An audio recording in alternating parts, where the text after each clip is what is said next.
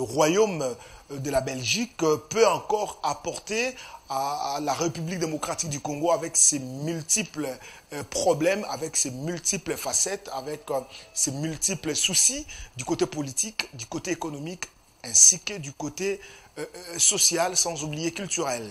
Sur ce plateau, j'ai un économiste. Avec lui, nous allons parler de l'aspect économique et politique.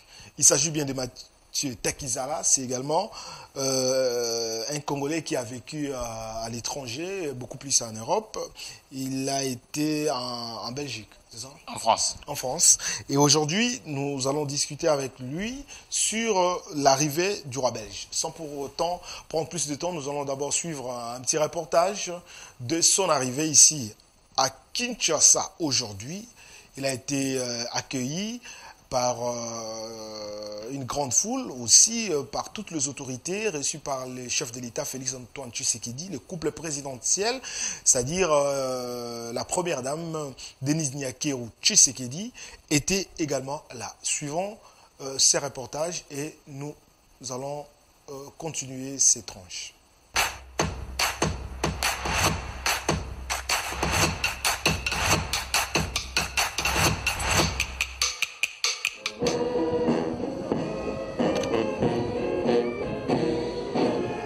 Jamais il a foulé ses pieds officiellement dans une terre africaine après son intronisation en 2013. Le 7e roi des Belges, Sa Majesté le roi Philippe, est arrivé ce mardi aux après-midi avec son épouse, la reine Mathilde, à Kinshasa. Accueilli sur le pied d'avion par le couple présidentiel de la République démocratique du Congo, le roi Philippe est passé en revue les troupes congolaises avant de retourner vers son homologue chef d'État, le président Félix Tshisekedi, pour saluer la délégation congolaise composée des autorités politico-administratives du pays.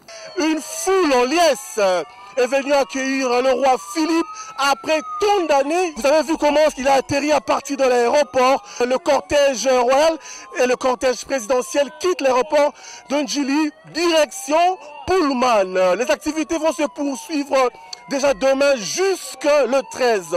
Pour le compte de Canal Studio Satellitaire, Popol Tchongo, Ali Mutombo, depuis l'aéroport international de Njili. Notons que c'est pour 6 jours que le couple royal belge passera ses séjours au Congo, avec un programme chargé de quelques jours dans la capitale Kinshasa afin de visiter plusieurs lieux réservés pour son passage. Ensuite viendra le tour de la ville de Lubumbashi.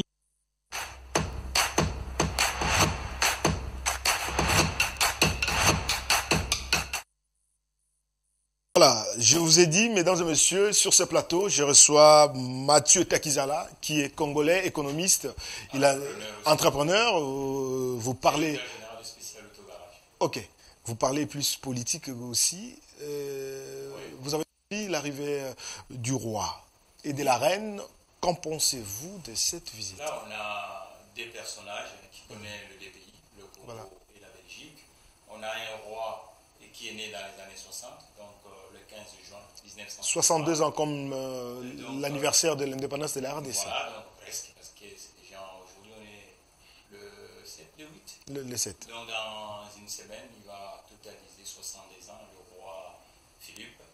Et puis c'est le 4e roi depuis 1960. Jusqu'au jour. Que les Congolais parlent beaucoup, c'est le Codé. Et le 2e, c'est le roi Baudouin, on était enfant dans ce pays.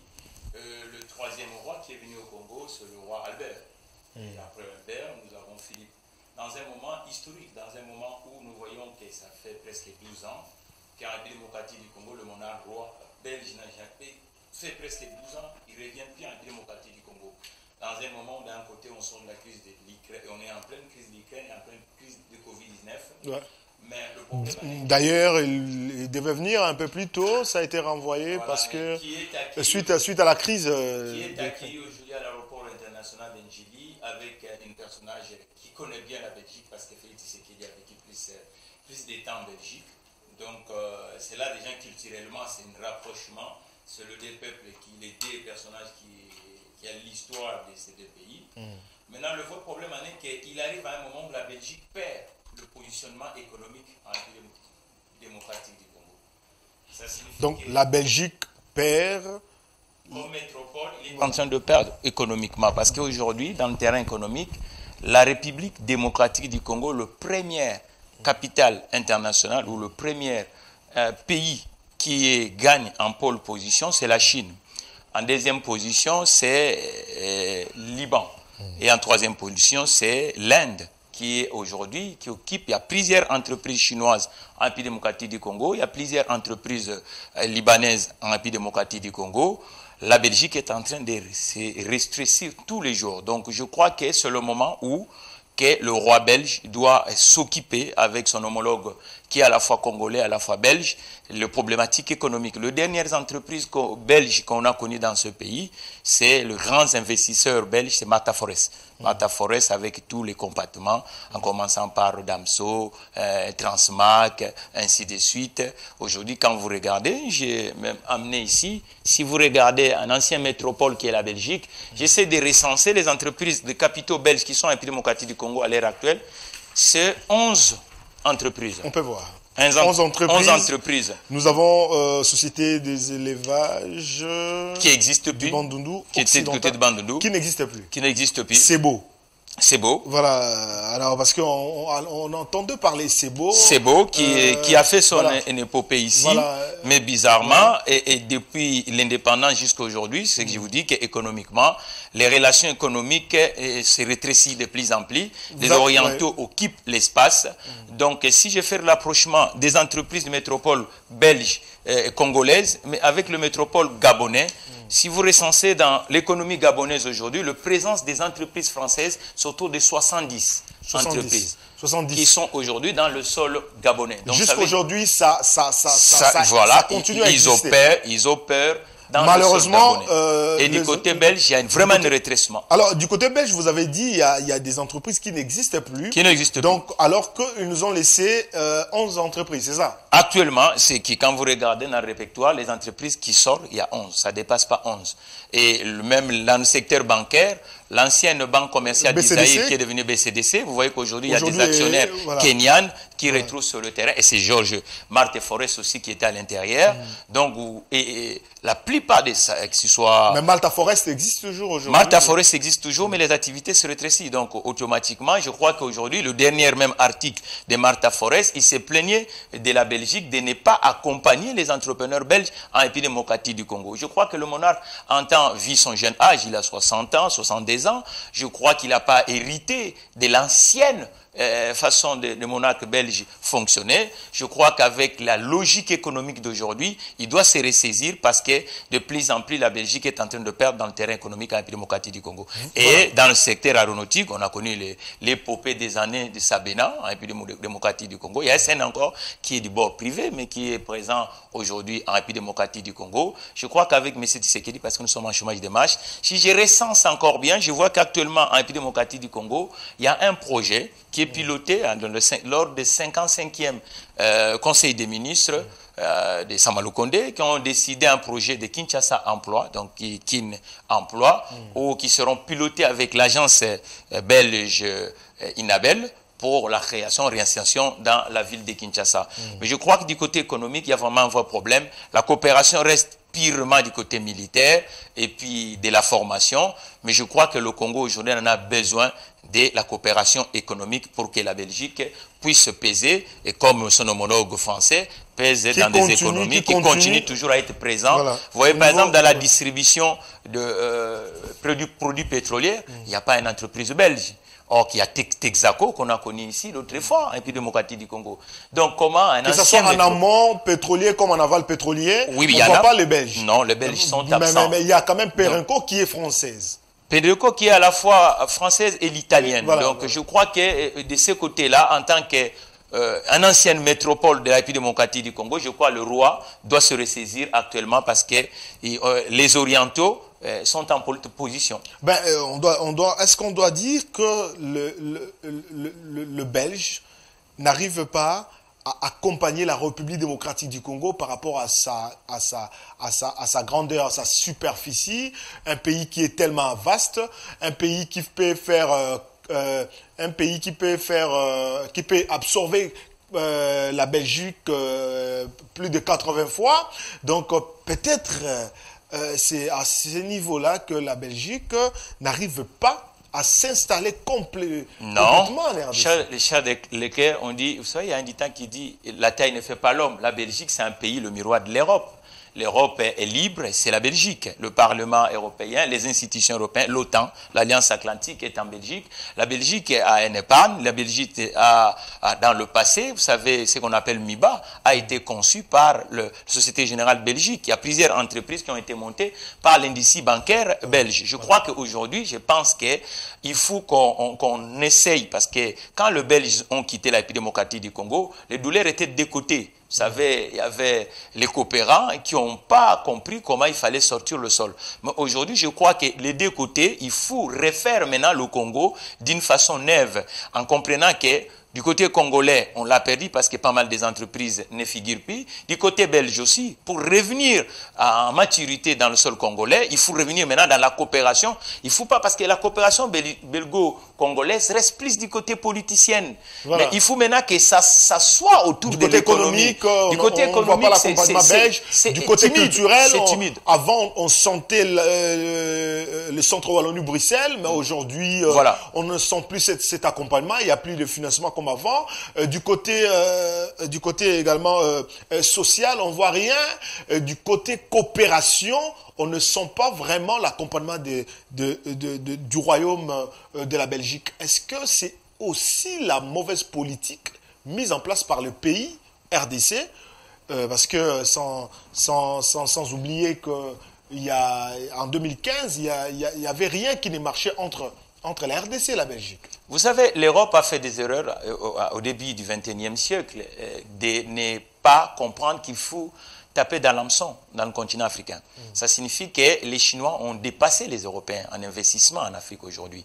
Et même le pôle français, vous voyez là où la France était présente, automatiquement, l'économie recule, la politique a pris la place. Et comme la politique a pris la place, les autres États qui étaient habiles en terrain économique, c'est eux qui se retrouvent aujourd'hui. Comment fait-il un État qui a colonisé une nation comme la République démocratique du Congo? Aujourd'hui, quand on cherche les nombres des entreprises belges qui sont dans le sol de l'ancienne colonie, sont faibles. Ça, c'est déjà un vrai problème. Or que la Belgique a des entreprises stratégiques dans tout le secteur, l'industrie pharmaceutique, l'industrie aéronautique, l'industrie de l'automobile. La Belgique a des entreprises. Comment fait-il les entreprises belges ne sont pas en République démocratique du Congo? Ça, c'est un vrai problème. La chance en est qu'aujourd'hui, le roi Philippe qui arrive à Kinshasa, il arrive avec le premier des ministres belges. Donc, automatiquement, il faut maintenant qu'entre Samalou Condé et son homologue belge... On va demander aussi à la régie, bien que nous parlons là, vous véhiculez un peu les images de l'arrivée du roi.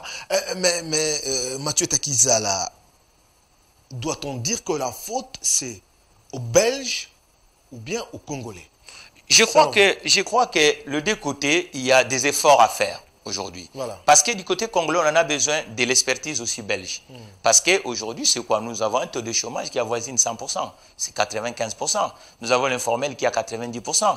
Donc, automatiquement, pour que les entreprises congolaises que nous pilotons puissent avoir aussi le sort, il faut de la coopération avec les entreprises belges. Et c'est ça l'occasion. Est-ce qu'il n'y a pas une facilité dans la coopération? Mais c'est ça le vrai problème. Voilà, je lance l'appel au président Tshisekedi. Le président Tshisekedi, lorsqu'il arrive à Kinshasa, il est allé en Belgique et il a essayé de séduire les entrepreneurs belges. Mais maintenant, je retourne maintenant à Kinshasa, j'ai dit aussi au président Tshisekedi de faire le VRP des entrepreneurs congolais du côté de leurs homologues belges. Il n'y a pas longtemps, au mois de mars, il y a une délégation de 70 entreprises belges qui est arrivée à Kinshasa. Mais logiquement, ces 70 entreprises belges, est-ce qu'ils ont été mixés avec les homologues congolais? Parce que le problème, c'est quoi? Le problème est que du côté congolais, on voit plus les officiels politiques. Il faut que du côté congolais, qu'on fasse un travail de mettre en contact les entreprises belges et les entreprises congolaises. Parce qu'aujourd'hui, les entrepreneurs congolais, on ne les vend pas assez. Pourtant, les entreprises telles que Special Auto que je pilote a des projets gigantesques qui peuvent convaincre aussi mes homologues belges. Parce que moi, en tant que Congolais qui vit en France, je suis retourné ici pour accompagner la politique. Parce que j'ai senti que dans mon pays, le chômage est de masse. Le pays d'origine qui est la République démocratique du Congo. Mais lorsque nous arrivons ici, c'est aux politiques de comprendre qu'on ne peut pas, en plein 20e siècle, en faisant des relations en bilatéral, il faut faire séduire les États aussi avec le portefeuille entrepreneurial de la République démocratique du Congo. Le vrai problème, c'est celle-là. Ça fait qu'à la République démocratique du Congo, nous passons nos temps uniquement à parler de la politique. Or que la politique est sectorielle. Maintenant, nous avons un monarque belge qui arrive à Kinshasa, mais est-ce que secteur par secteur, on a sélectionné les groupes d'entrepreneurs congolais qui pouvaient être présenté auprès de... Je ne pense pas que le roi Philippe est venu qu'avec des ministres. Et autour du roi Philippe, avec la crise d'Ukraine aujourd'hui, il doit avoir aussi des chefs d'entreprise belges qui sont... Là, on voit de l'officiel. Mais derrière, avec les avions qui ont quitté, il y aura des hommes d'affaires belges. Mais est-ce que du côté congolais, le président Tshisekedi et le premier ministre Sama Lukonde a essayé d'aller voir aussi les chefs d'entreprise congolais qui peuvent présenter... Pour créer, faciliter les chefs d'entreprise congolais, ou bien les échanges et surtout nous, les chefs d'entreprise congolais qui est multiculturel, ça signifie que nous pouvons sillonner 140 pays au monde. Et les Congolais qui ont vécu plus de temps en Europe, ça signifie qu'aujourd'hui, parler avec mon homologue belge, ce n'est pas un vrai problème. Or que mon confrère congolais, qui n'a jamais mis ses pattes en Europe, ça sera un grand déficit culturel. Et l'approche de l'innovation. Je crois qu'aujourd'hui, le vrai problème, au lieu qu'on reste uniquement dans la partie historique en disant les non-codes, tout ça, ainsi de suite, aujourd'hui, le président Tshisekedi doit être capable à dire au roi belge que le Congo a aussi des unités de production entrepreneuriale qui peut permettre aux entreprises belges de gagner sur le continent africain. Mathieu Takiza, la République démocratique du Congo a connu son indépendance depuis 1960. 1960.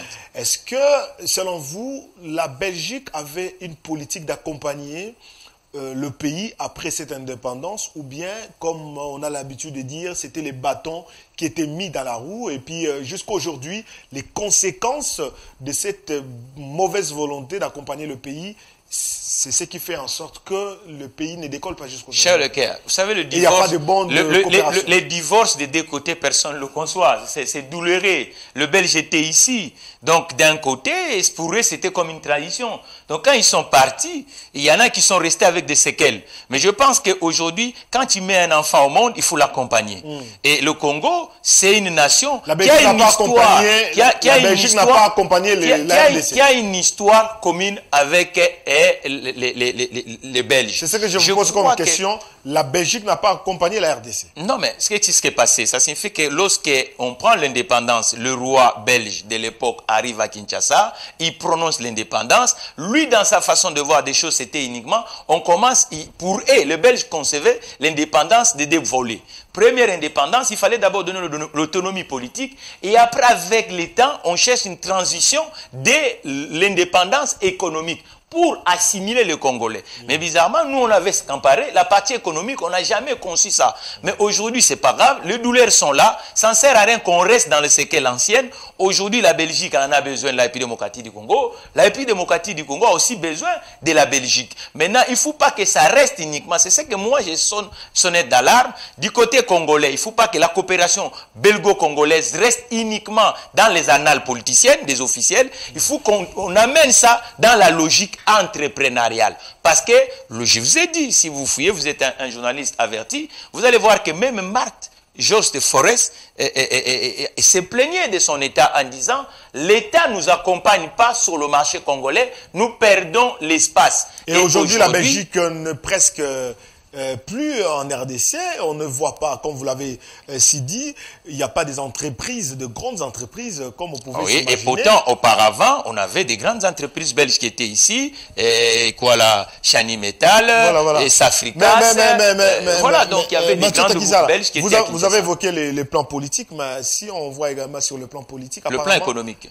Non, je parle du plan politique. Sur le plan politique, apparemment, même la Belgique ne prend plus le devant, ne joue plus le premier rang.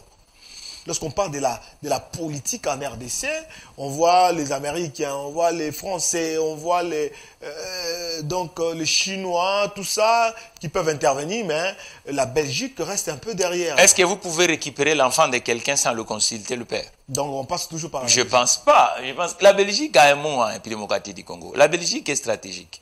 Ça signifie que la Belgique aujourd'hui, si on a mis le chaise de l'Alliance Atlantique au niveau de la Belgique, ça veut dire que la Belgique pèse. Voilà, alors dites-nous pourquoi Et selon vous, pourquoi les choix de la visite Kinshasa, Lubumbashi, Bukavu?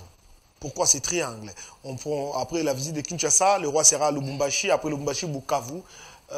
Cette question se pose. Pourquoi les choix de Lubumbashi et Bukavu? Mais le Congo a deux pôles. Nous avons le nord-ouest, nous avons l'est, nous avons le milieu de la République démocratique du Congo. Ça signifie que je crois que le protocole belge a voulu que le tour du roi, que ce soit le tour qui va contaminer tout le coin de la République démocratique du Congo. Ça signifie que lorsque déjà le roi est à Kinshasa, le Bandundu sentent que le roi est à Kinshasa.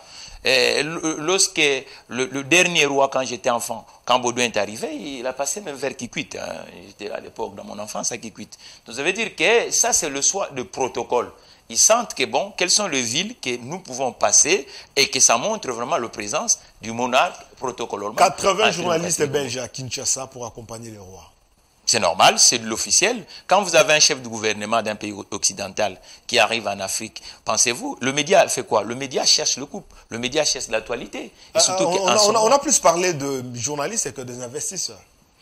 Non, mais je pense que dans la délégation, il ne manquera pas des hommes d'affaires. Parce que les politiques occidentales ne se baladent pas pour rien. Ils partent pour gagner. Et pour gagner, il faut aller avec des investisseurs. Mais quand même, on parle d'une enveloppe de 230 de millions qui serait déjà placée pour accompagner la République démocratique du Congo. Est-ce que ces montants-là, c'est pas pour humilier un peu le pays? Parce qu'aujourd'hui, avec la DGI, dans 2 semaines, bien dans un mois, on en a au-delà. Donc, comme le mois de mai, la DGI a fait 600 millions. En économie, il n'y a pas une somme qui peut faire la valeur. Et ce qui fait la valeur, ce sont des projets. Donc, je pense qu'aujourd'hui, du côté congolais, j'insiste de ce côté, et que le président Tshisekedi, ça fait presque bientôt 4 ans, il doit virer du côté de l'entreprise. Il doit sélectionner les projets innovants qui sont en République démocratique du Congo pour qu'il essaye un peu de travailler avec ses homologues à l'international avec des projets congolais. Parce que si nous ne travaillons pas avec des projets congolais, automatiquement, les sommes viennent avec des projets. Ça signifie qu'il faut que les entreprises qui sont en République démocratique du Congo, montées par des entrepreneurs congolais, soient aussi vendues sur l'espace international, même dans l'espace africain. Donc il faut ça. Je crois que le gouvernement de Sama Lukonde, moi quand Sama Lukonde est arrivé, j'avais apprécié parce que j'ai dit, bon, il était chef d'entreprise, peut-être il va gouverner autour de l'entreprise parce que ce qui manque ici en République démocratique du Congo, c'est l'occupation de la jeunesse congolaise, c'est la création de la valeur salariale en République démocratique du Congo. Mais bizarrement, je vois que plus de temps passe autour uniquement de la partie politicienne. Ok, la politique ne produit rien. La production se fait autour des ateliers, autour des entreprises, ainsi de suite. Donc, je crois que le paquet des chômeurs que nous avons aujourd'hui, les ministres doivent vraiment essayer d'aller séduire les créateurs. Y compris le ministre. Okay. Il est le premier des ministres, mais il y a des ministres au sein du gouvernement. Et du côté du palais de la nation, l'ancien parlement de Kinshasa, le président Tshisekedi doit faire le virage et doit séduire les entrepreneurs congolais. Mathieu Takizala, le roi Philippe, doit-il demander pardon aux Congolais? Vous savez, le pardon... Bien que lui aussi, il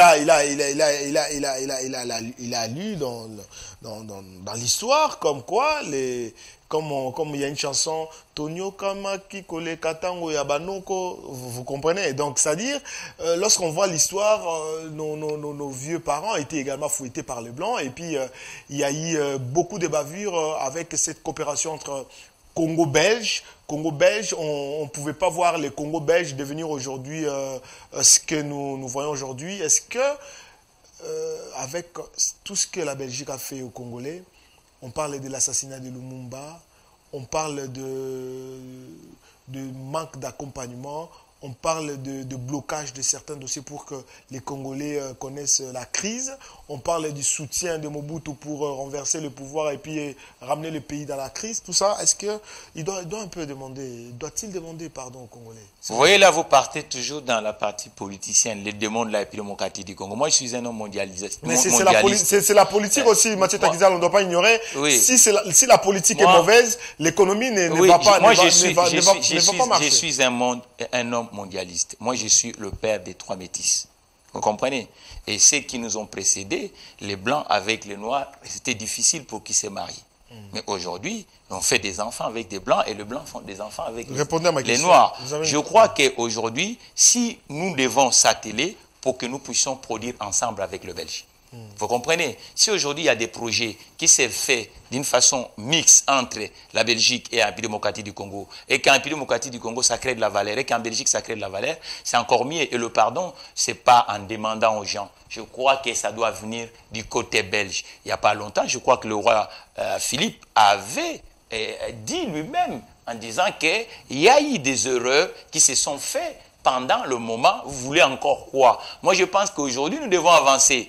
Et restons avec ces séquelles, ça ne sert à rien. Vous savez, partons dans la partie historique. L'Allemagne et la France. Et à un moment, la France avait occupé une partie de l'Europe, l'Allemagne avait occupé une partie de l'Europe.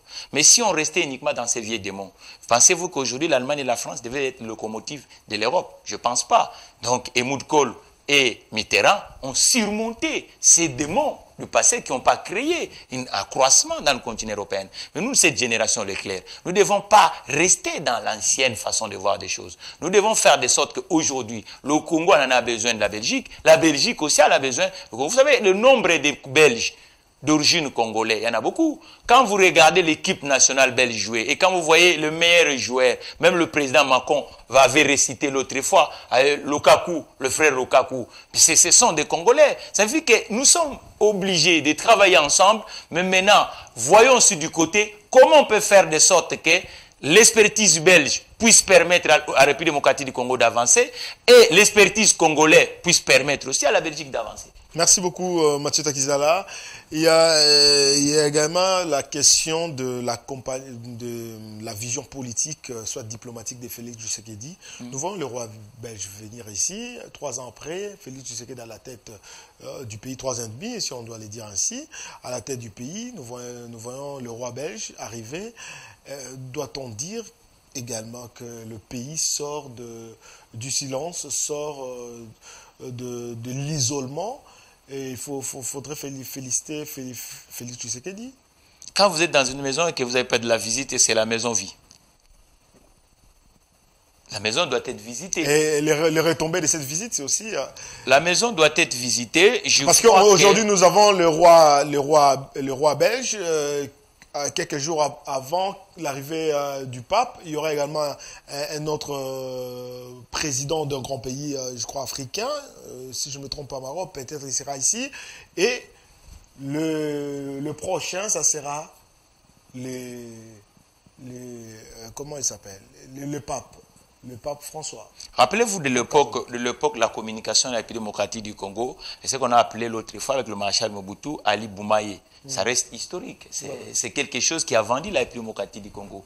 Mais moi, ce que j'insiste, c'est quoi? Il ne faut pas que ça soit uniquement quelque chose d'une façon touristique. Il faut que ça soit symbolique. Parce que du deux côtés, il y a beaucoup de choses qu'on doit creuser ensemble différemment. Il faut qu'on regarde une autre autoroute entre la Belgique et la République démocratique du Congo. Surtout dans les annales économiques. Parce qu'aujourd'hui, la République démocratique du Congo a des vrais problèmes économiques. Fait qu'on ne peut pas accepter le chômage de 85% de la population active. On ne peut pas accepter que le Congo d'aujourd'hui, l'infrastructure nous fait défaut. On ne peut pas accepter qu'aujourd'hui, pour vivre en République démocratique du Congo, les gens sont condamnés uniquement à venir à Kinshasa ou à Lubumbashi. Non, c'est ça, c'est dans cette erreur-là. Ce qui manque aujourd'hui à la République démocratique du Congo, c'est l'inoccupation des gens. Et on doit occuper les gens autour de l'entreprise. C'est pour ça que j'ai dit au président Tshisekedi qu'aujourd'hui, le vrai problème, c'est faire booster le chef d'entreprise. Lorsqu'on va booster le chef d'entreprise, vous verrez que le Congo va devenir rose.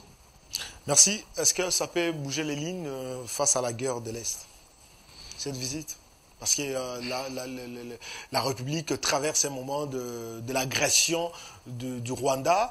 Et est-ce que, pensez-vous, cette visite peut un peu bouger certaines lignes? Moi, je pense que la guerre de l'Est, nous devons s'organiser d'abord. Pour qu'on ne parle plus de cette guerre. La guerre de l'Est, localement, nous-mêmes, la République démocratique du Congo, nous devons s'organiser. Voilà. Parce qu'aujourd'hui, ce n'est pas normal que ce pays, ce peuple n'a même pas la carte d'identité. Les administrations sont fragilisées. Ça signifie qu'il faut qu'on organise d'abord l'administration de la République démocratique du Congo. On permet à plus de Congolais d'avoir de l'occupation salariale. Vous verrez que ces gens-là qui prennent des gens en mettant dans la jungle pour faire ce qu'ils sont en train de faire, ils manqueront le maire. Donc les gens qui sont recrutés pour la rébellion bon, c'est aujourd'hui confirmé par le Rwanda. C'est suite à la difficulté qu'il constate. Ben oui, vous rappelez-vous le New York de l'époque d'Allen, où les jeunes gens noirs des faubourgs de New York n'avaient pas l'occupation. Qu'est-ce qui s'est passé? C'était du gangstérisme. Moi, je me rappelle dans ma ville, Lyon, Villariban, lorsque les gens manquaient de travail, qu'est-ce qui s'est passé? Automatiquement, mais l'État a investi. Il a créé les zones franches urbaines pour permettre que l'entreprise partent dans des endroits où l'insécurité dominait. C'est ça le problème de l'Est. À l'Est aujourd'hui, c'est comme à Kinshasa. Il y a beaucoup de zones où il n'y a pas l'entreprise. On ne sent même pas la présence de l'entreprise, ni la présence de l'administration. Donc, de ce côté-là, il faut le plan stratégique, le plan de relance de la République démocratique du Congo dans le terrain salarial et dans le terrain administratif. C'est de ce côté-là, vous verrez qu'on va vaincre toutes ces insécurités. Ça se développe parce qu'on a plus... Regardez Kinshasa, Leclerc, vous sillonnez, vous voyez comment les gens, le pire des gens dans des coins de riz sans rien faire. Parce que l'industrie est absente. Manque d'occupation. Manque d'occupation. Okay. Et pendant mais répondant à ma question, la visite du roi belge peut-elle bouger les lignes de la guerre de l'Est? Mais lorsque déjà le roi arrive, ça signifie que l'État continue à fonctionner. Mais maintenant, moi, je vous ai dit, je risque de me répéter. Mais c'est aussi mieux parce que la science, c'est une répétition. Qu'est-ce qui se passe? Ça veut dire que nous, le Congolais, ça fait presque plus de 2 décennies que le conflit de l'Est perdure. Mais maintenant, du côté congolais, il faut qu'on se réorganise. Quand vous avez quelqu'un dans un coin de rue qui, à chaque fois, vous boxe, mais pour le boxer, qu'est-ce que vous allez faire? Il faut aller s'entraîner. Merci beaucoup, Mathieu Takizala. Avant de finir avec cette émission, vous nous avez brandi ici deux hypothèses, voilà, de l'ancien colonisateur de la Belgique, de Gabon. Jusque-là, il y a une soixantaine. C'est ça. Oui. Et du 70 entreprises du côté gabonais, voilà. 11 du côté congolais. 11 du côté congolais. Mais est-ce qu'on ne doit pas dire que le pays a connu les reculs face, par rapport à ce qui s'est passé en 91, le pillage? Bon. Parce que ces entreprises existaient ici, suite à ce qui s'est passé, et puis après, ils sont partis. D'où la nécessité de brandir aux Belges les entreprises qui sont aujourd'hui en République démocratique du Congo. Pour l'accompagnement. Oui, et d'où la nécessité. Ça fait presque 40 ans où les officiels congolais visitent la Belgique. Mais je veux qu'aujourd'hui, si M. Tshisekedi visite la Belgique, qu'ils partent avec des entrepreneurs congolais. Vous verrez que les gens là vont éradiquer le pillage que vous dites et les années 74. Mathieu Takizala, merci d'avoir répondu à notre question. C'est moi qui vous remercie, cher Merci d'avoir été là pour parler de cette actualité d'aujourd'hui. Mesdames et messieurs, c'était Rendez-vous du soir qui termine aujourd'hui avec le même plaisir. Nous revenons demain à 18 h comme d'habitude. Merci à vous tous qui nous avons accompagnés, vous tous qui avez travaillé pour que nous puissions présenter cette émission, pour que la population congolaise puisse suivre cette émission. Je vois Lazik Makoukoula qui a réalisé et Freddy qui était aux consoles. Merci également à vous qui nous avez accompagnés pour que nous soyons là. Merci à celle qui est derrière la caméra. Merci beaucoup à Madame Déborah Yondela. Merci et à la prochaine.